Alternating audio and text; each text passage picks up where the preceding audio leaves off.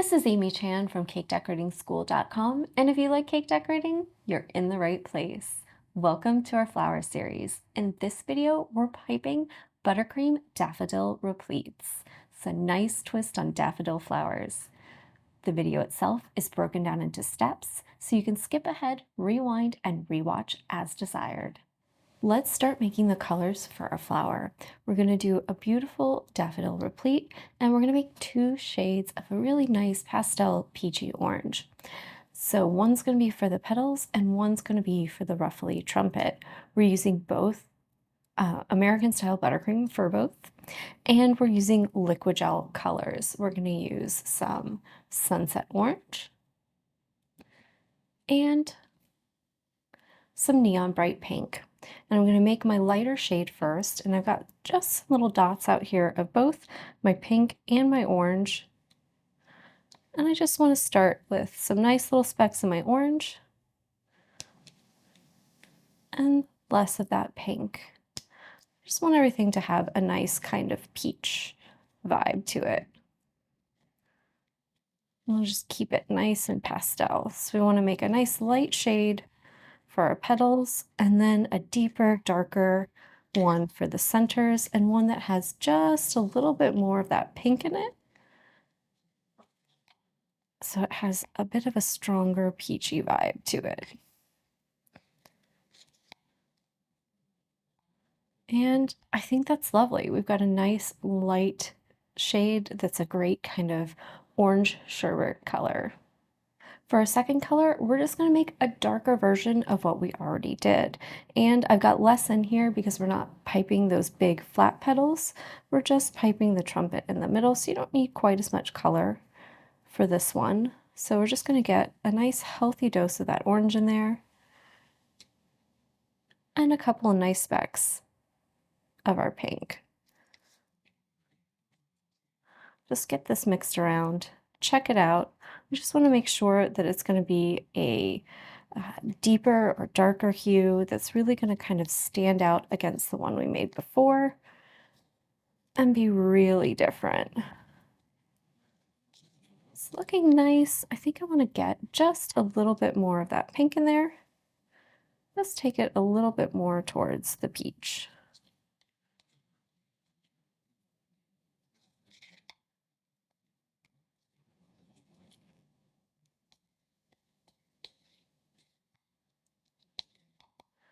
Going along nicely. Just a little bit more. I want it to have almost kind of like a salmon-y vibe.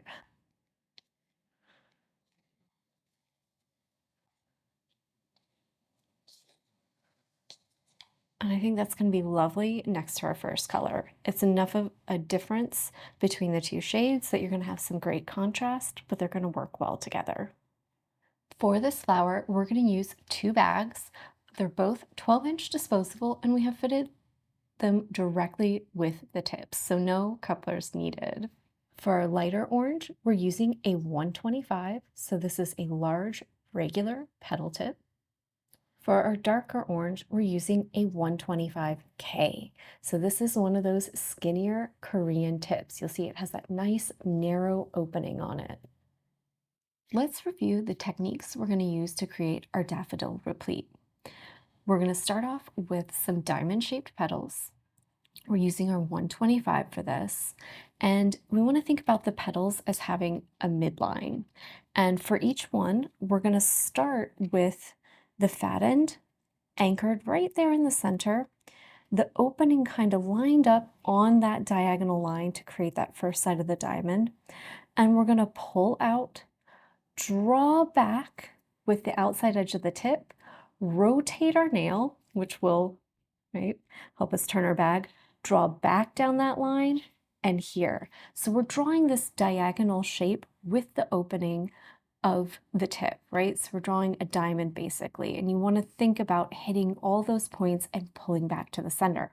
And that's going to give us a nice petal where we're coming up, turning, and going back. And it'll be a little easier to actually complete on our flower nail. The next thing we're going to do with our 125 is create supports. And this is where we start to be a little different than our regular daffodil. We're going to hold the bag straight up and down to start with, just pipe 2 lines to kind of build up a little X. And then I'm going to take it at 45 degrees and I'm just going to pipe little kind of diagonals like that to go along with it. And this is going to give us a nice, almost little star-shaped cone in the middle that we're going to hook our center to. So this is where we differ a little bit from the traditional daffodil. There's also a great tutorial for that. If you need or want to learn how to pipe regular daffodils, you can go over and check that one out as well. But I actually find these a little bit easier because instead of that almost freestanding trumpet, we're building this internal support and putting these wavy little ruffle petals on it, and they all hook directly into that. So it ends up being a mass of frosting in the center that's really self-supporting. And finally, we're going to do a nice ruffled center. And we're going to use our 125K for this, and we're going to do upright ruffles. And when you draw these, you want to think almost like the lines and the wiggles you do for Cornelli lace. And we're going to hold the tip so that the bottom edge, bottom end is touching, right? The bottom of, sorry, not the nail, is touching those petals in the center, right there, resting on top of that frosting we've already piped. We're going to make sure to start with, we touch the support that we just piped with the opening of the tip, and that's where we're going to start from. So just pulling out a little bit, wiggling and wriggling so that we get a nice little ruffly petal in there in the center. And we're going to go all the way around the support cone that we made and make these little ruffles coming out from it, and that's what's going to create our center. I can't really do it here on the page just because there's nothing to hook onto and it won't support itself, so it's going to be something that we'll show you on our actual flower now when we're piping, but we just wanted to get you kind of ready for it. For these 45-degree bag angle, tip is going to be pointing straight up. The bottom is going to be touching our frosting right there in the center of our petals, and we're just going to be right next to that cone and we're going to hug it. We're always going to start touching frosting, and that's what's going to give us the structure and support we need to get these nice little thin ribbons of frosting to stand upright for us. Now let's review how we take the techniques we just went over and put them together to build our blossoms. The first thing we're going to do is pipe 3 of those diamond-shaped petals. They're going to be equidistant from each other, so think kind of peace sign orientation, and they'll have gaps in between each petal. The next thing we'll do is repeat that process. So we're going to shift so that we're piping on those gaps. And our top layer of petals is going to slightly overlap the ones from before. And that'll give us 6 of those nice kind of flat diamond-shaped petals for the bottom of our daffodil. We'll keep working with our bag with our 125 and do that support structure right there in the middle. So just start right on top, pipe that X, and then build up some little spokes on the side to give yourself something nice and sturdy to attach to.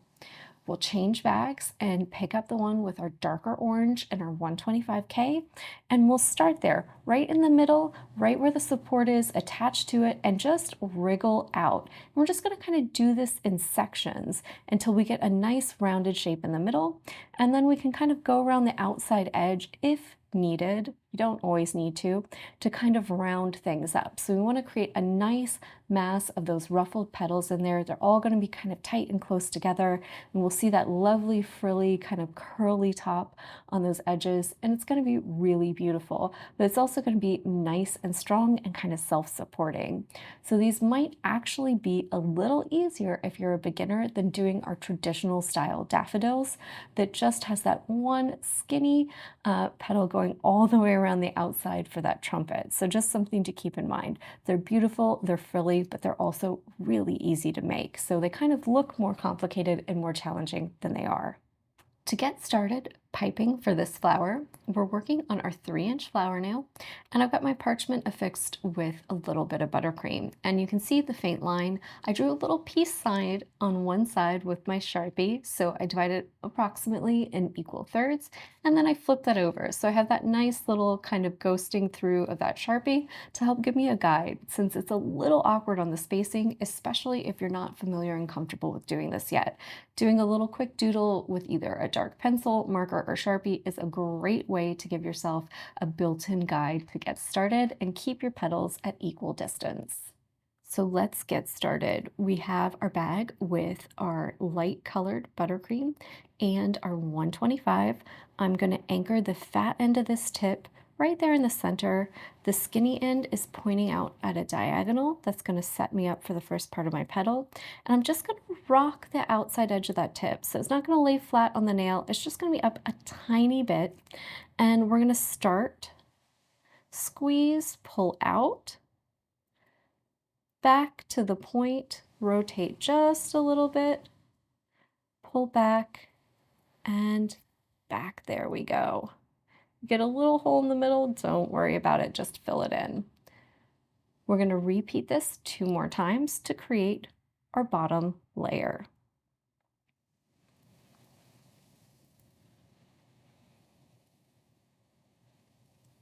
I got a little fat on my first petal, which is why I ended up with a hole. If you find that happening, do them a little skinnier. But I'm never too worried about any gap towards the middle because that'll always get covered up.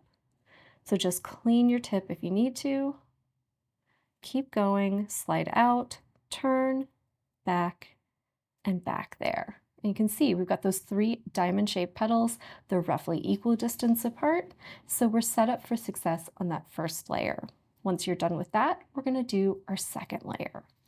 So just pick one of those gaps and get started. So just start right there, right on top, slide out, out to the edge, and back. And you can see it's just going to be laying on top those 2 edges. It's going to give these flowers just a little bit of depth and dimension, kind of help those petals curl up in a bit of a natural way. And you don't need all of them to be exactly the same.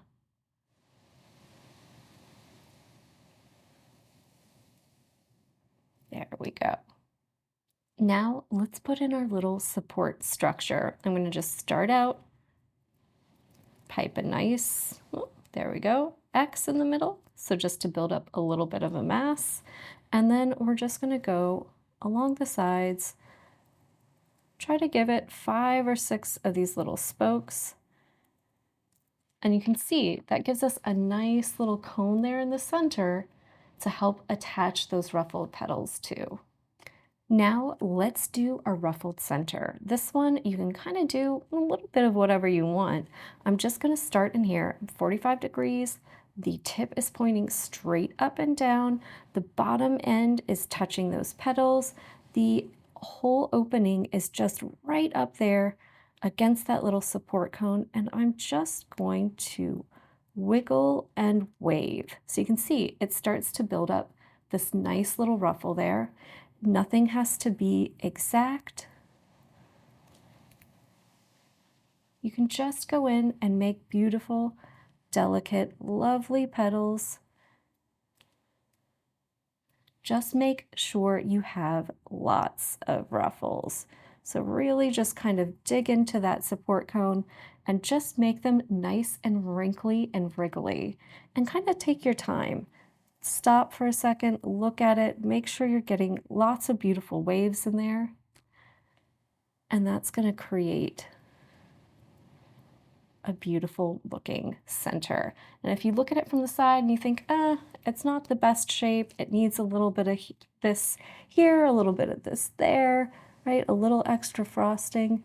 Don't be afraid to just ruffle all the way around. So once you get a nice mass built up, you can kind of go around it and continue to create ruffles and petals. And you can see that kind of gives it that nice outward motion.